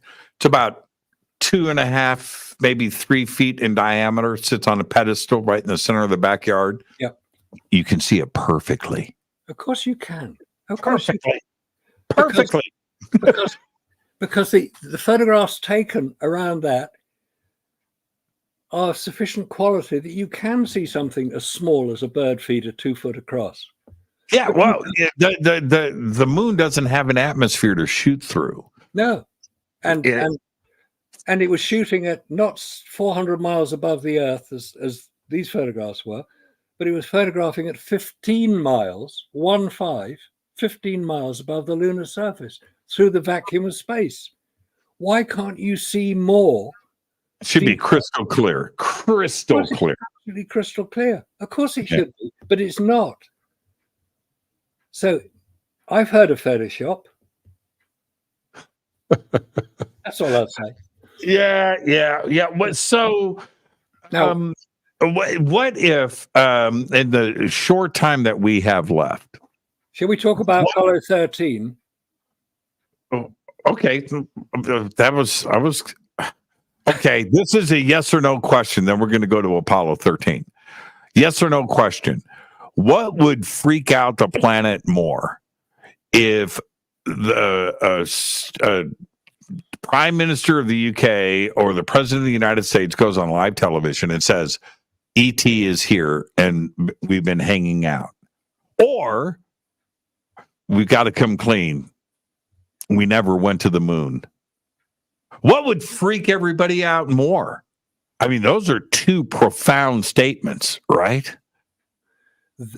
Saying Apollo was fake would freak people out more. And what it would do is damage America severely. And the world, because you've got 6 billion people at the time that bought into it. I'll tell you something. In China, they know it didn't happen. They know Apollo didn't happen. That is actually taught in Chinese universities. Well, in China, the United States never existed. Okay, Apollo 13. Apollo 13. Okay, what happened on Apollo 13? It launched April the 11th, 1970. Apollo 13 launched. We all saw it. Up it goes. Disappears from sight. The next day, off the coast of France and Spain, there's a place called the Bay of Biscay. It's just a part of the Atlantic Ocean. The Soviet Navy were conducting naval exercises. Nothing secret about it. They do that quite regularly. And they happened to come across an Apollo command module floating in the sea, the Bay of Biscay. They thought, that's odd, hauled it on board, took it back with them to the naval base at Murmansk in northern Russia, and 6 months later, handed it back to America on the USS Coast Guard cutter, the South Wind, on September the 5th, 1970. Because if any nation finds an artifact from another nation that's fallen from the sky, you must hand it back to the originator of it. So the Soviet Union handed it back to America, having examined it closely, obviously, because America would do the same thing if they found a Soviet craft. That is described as a boilerplate. A boilerplate is a practice craft. It looks exactly like a command module, but it doesn't have all the technology inside. It's just used for practice, so getting in and out and rescuing and finding it. The sort of things you would expect to happen. That one is referred to as a boilerplate. I say it was the real Apollo 13 command module. Now, you can go and see it. It's on display. That particular one is on display in Grand Rapids, Michigan. Is it really? Yeah. It's a white, I mean, it's basically, it looks like a command module, but it's been sealed until 2076, the 300th anniversary of the founding of America. I don't know why, but there's another Apollo 13 command module on display in Kansas at the Cosmodrome. Why are there two Apollo 13 command modules on public display, one of which you can't see inside? I don't know. Maybe the one that was found by the Soviet Navy was the real Apollo 13. It's on the flight path, slightly north of the official flight path of an Apollo launch. Maybe it got into trouble. It had to be, the mission had to be stopped. Maybe it didn't get high enough. It couldn't get into orbit. Anything could have happened, because normally the flight path of Apollo command module would be over Mauritania in West Africa. And astronauts would look out for the Eye of Africa. That's right. The Richat structure, which is a geological formation alleged to be the location of one of the cities of Atlantis. But that's another story completely. That is Obviously, the Bay of Biscay is about 1,000 miles north of Mauritania. Yeah, it's right there. Actually, it's close. If you think about it, And then you have the re-entry if anything went foul or if it never went out of the atmosphere. 1,000 miles is nothing off course. Yeah, that's true. Yeah, it's a very good point. But Marcus, I'm about to leave the network here. okay. So just let me say this. Thank you so much. I've been a big fan for a very long time. Thank you. This was a great conversation tonight. But where can everybody reach out and find Nexus? Okay, you go to nexusmagazine.com. This is the current issue of Nexus. Nexus Magazine. Nexus is a dictionary word. It means a link or a connection. And that's what we try to do, to link people to information. Nexusmagazine.com. Go to the contact site. And if you want to send me an email, a message, tell me to shut up and go away, or what a great guy you are, anything like that is fine. Or go to the other site, which I recommend. If you're interested in the Apollo hoax, go to Aulis, AULIS.com. Aulis.com. I've got everything below. Also over on social media, we have it in the chat room and we have it over on our website. Marcus, thank you so much. Behave and be well, and enjoy your New Year's weekend, my friend. Excellent show tonight. Thank you, Jimmy. Thank you, Marcus. Marcus Allen. And again, everybody, Happy New Year. Happy New Year, Marcus. Aulis.com and nexusmagazine.com. The links for that are below. What a perfect show. What a great way to wrap up the end of the year. Marcus Allen of Nexus Magazine. That was a great conversation, and I look forward to the next time that Marcus is on the show with us. So, everybody, enjoy your weekend. Happy New Year. I'm on my way to Miami. I am going to spend my New Year's with Mr. Billy Carson and Elizabeth Carson out in Miami. But I will be back first thing on Monday morning. Fade to Black is produced by Hilton J. Palm, Renee Newman, and Michelle Freed. Thank you to Bill. Thank you, Jonacide. Thank you, Renee. Thank you, Renee. Thank you, Dennis. Thank you, Kevin. Webmaster is Drew the Geek. Music, Doug Aldrich. Intro, Spaceboys, spaceboymusic.com. Fade to Black is produced by KJCR for the Game Changer Network, and this broadcast is owned and copyrighted 2023 by Fade to Black and the Game Changer Network, Inc. It cannot be rebroadcast, downloaded, copied, or used anywhere in the known universe without written permission from Fade to Black of the Game Changer Network. I'm your Jimmy Church. Have a great New Year, everybody, and I'll see you right here in 2024. Until then, I want you to be safe. Go Backley Tappy.